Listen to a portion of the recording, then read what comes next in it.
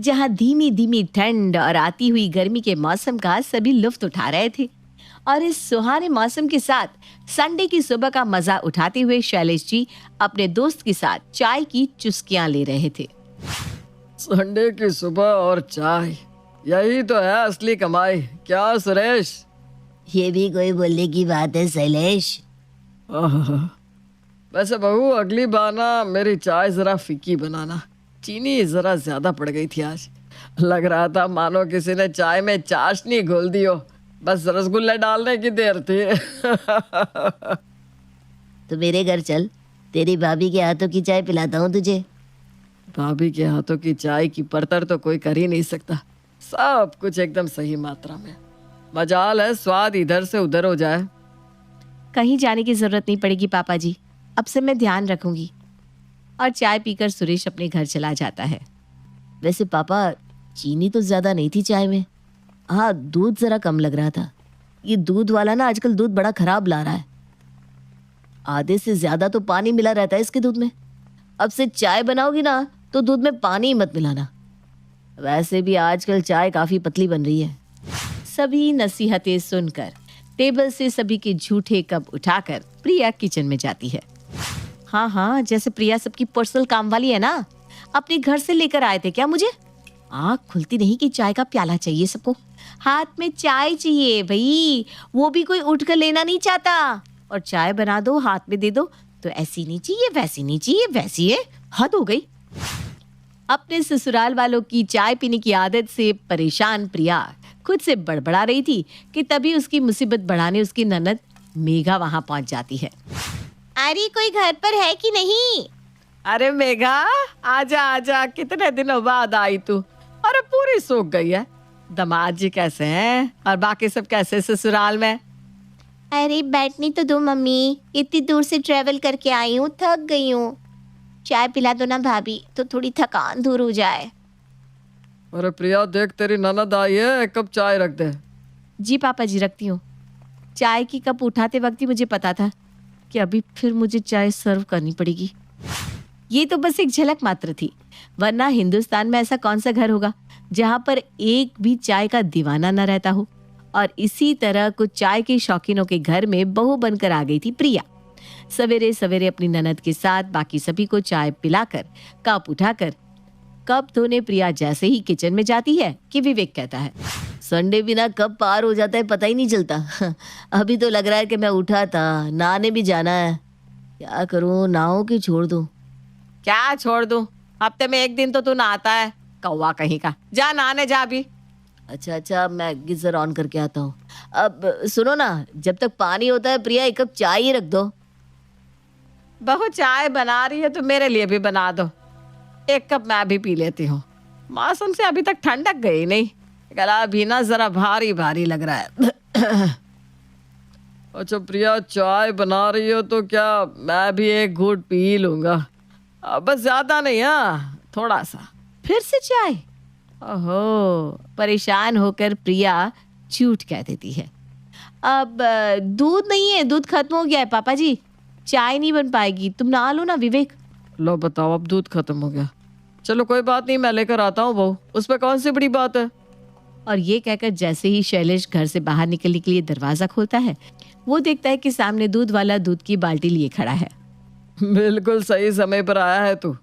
अरे देख बहू, दूध वाला आ गया, अब तो चाय बनेगी ना। मैं दूध लेता हूँ, तू जल्दी से चाय चढ़ाने की तैयारी कर ले।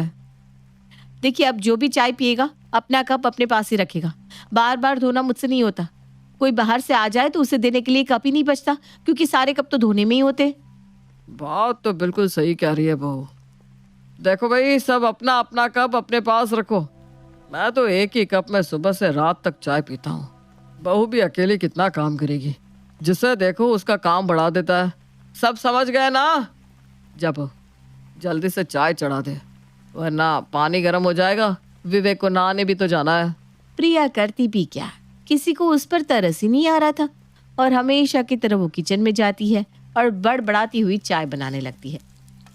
सुबह के 11:30 बज रहे हैं और 8वीं बार चाय बना रही हूँ मैं।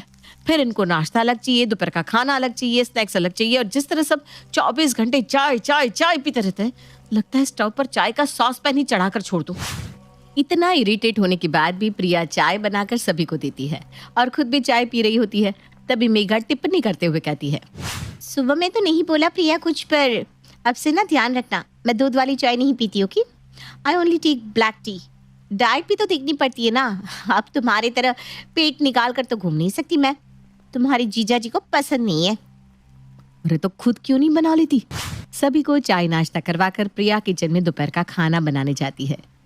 सुधा हॉल में टीवी लगाकर भजन संध्या सुनने लगती है। मेघा अपना फोन चला रही होती है और शैलेश इधर उधर टहल रहा होता है। तभी अपना लैपटॉप लिए विवेक अपने कमरे से बाहर आता है। जरा टीवी धीरे करो मम्मी, बहुत सर फट रहा है। टीवी को म्यूट कर मेघा। देख विवेक के सर में कैसे दर्द चढ़ा आया। एक संडे का दिन मिलता है आराम करने, पर मेरे बॉस को उसमें भी हमें नहीं छोड़ना है। ना आ रहा था कि ऑफिस से फोन आ गया, अभी के अभी मीटिंग ज्वाइन करने के लिए बोल दिया है चाचा ने। इतना सर दर्द में मीटिंग कैसे करूं मम्मी? अरे तू रुक, अभी इलाज करती हूँ तेरे दर्द का। 1 कप कड़क चाय पिएगा ना तो दर्द यूं फुर हो जाएगा तेरा। भाभी 1 कप अदरक और तेज पत्ता डालकर चाय तो बनाना, विवेक के सर में बड़ा दर्द हो रहा है। सच में ये काम करेगा क्या मेघा? अरे मम्मी पूछो मत, इनको तो अधकपाली की प्रॉब्लम है। पूरा दिन माथे में गमछा बांधकर इधर उधर घूमते रहते थे। फिर एक दिन मैंने ये मेरी स्पेशल चाय बनाकर पिलाई। इसके बाद मजाल है उनके सर में फिर से कभी दर्द हुआ हो। तुम भी पियो ना मम्मी, घुटने के दर्द में भी बड़ा फायदा करेगा। किचन में काम करती हुई प्रिया हॉल में हो रहे डिस्कशन को सुन रही थी। हद हो गई भाई, दिन भर इनका चाय का प्याला कम था कि अब दोपहर में भी चाय चाहिए। दीदी जो चाय आपने बताई है ना, उसकी रेसिपी तो मैं जानती नहीं हूँ। हो सकता है मुझसे 19-20 हो जाए, इसलिए आप ही बना दीजिए ना। 2 दिन आए हुए नहीं मुझे कि काम करने को बोला जा रहा है। बेटियों का यही तो जीवन है मम्मी। ससुराल में काम करते करते आओ और मायके में आते ही किचन में घुस जाओ। गलती हो गई मेरी, जो मेरे सर में दर्द था हो गया। रहने दो प्रिया, मैं बाहर जाकर चाय पी लूंगा। मैं मरती भी रहूं तभी भी इन लोगों को तो चाय चाहिए, चाय। और इस तरह रोज प्रिया के ससुराल में एक बार सॉस पैन से चाय गैस से उतरती तो दूसरी बार फिर चढ़ जाती। इसी में दिन बीत जाते हैं। जब भी घर में कोई भी बात हो, प्रिया से सीधा कहा जाता, बहू चाय रख दे। प्रिया खुद में बड़बड़ाती जाती और काम करती जाती। पर हद तो तब हो गई जब एक दिन सुबह 4 बजे प्रिया के कमरे का दरवाजा धनधनाने लगा, जब शैलेश जी दरवाजा बजा रहे थे और प्रिया को आवाज लगा रहे थे, बहू, ए बहू। हाँ 8 बज गए क्या? नहीं बहू, अभी तो सिर्फ 4 बजे हैं। तो इस वक्त आप यहाँ? पापा जी, मम्मी जी, हे भगवान उनको कहीं कुछ? अरे नहीं बहू, इतनी अच्छी किस्मत नहीं है तेरी। वो तो मेरी आँख खुल गई थी तो सोचा चाय पी लूं। जरा चाय चढ़ा दे बहू। ये सुनकर प्रिया के मुंह से कोई आवाज ही नहीं निकली। कैसे निकलती? सुबह 4 बजे ऐसी बात सुनकर कोई बोले भी तो क्या बोले। और इसके बाद प्रिया के सब्र का बांध टूट जाता है और वो बिस्तर लगाकर किचन में ही बैठ जाती है। या बहू का आज क्या हुआ है? किचन में ही बिस्तर लगा लिया उसने। उसे वही सुविधाजनक लग रहा होगा सुधा जी, और क्या। सभी को सबक सिखाने के लिए प्रिया किचन में ही बेड लगा लेती है, पर उसकी इस हरकत से किसी के कानों में जू तक नहीं रेंगती। उसी शाम अचानक विनोद गुस्से में अपने ससुराल आता है। ये क्या हरकत है नेहा? मुझे बिना बताए छोटी सी बात पर तुम यहाँ आकर बैठ गई। 10 दिन से कितने फोन कर रहा हूँ मैं तुम्हें, ना फोन उठा रही हो ना मैसेज का रिप्लाई कर रही हो। नहीं रखना ना रिश्ता तो साफ साफ कह दो। मैं भी और इस रिश्ते में फंसा नहीं रहना चाहता। हर बार का तमाशा मुझसे बर्दाश्त नहीं होने वाला, इसलिए मैंने भी तुम्हें डिवोर्स देने का फैसला कर लिया है। ये लो, ये डिवोर्स पेपर, इस पर मैंने साइन कर दिया है, तुम भी कर दो। अरे मेघा, तुम दामाद जी से झगड़ा करके हमारे यहाँ आई थी? नहीं बेटी नहीं। और ये आप सब क्या बोल रहे हैं दामाद जी? इससे तो बुद्धि नहीं है, आप तो समझदारी वाली बात कीजिए। छोटी सी बातों से रिश्ते नहीं टूटा करते।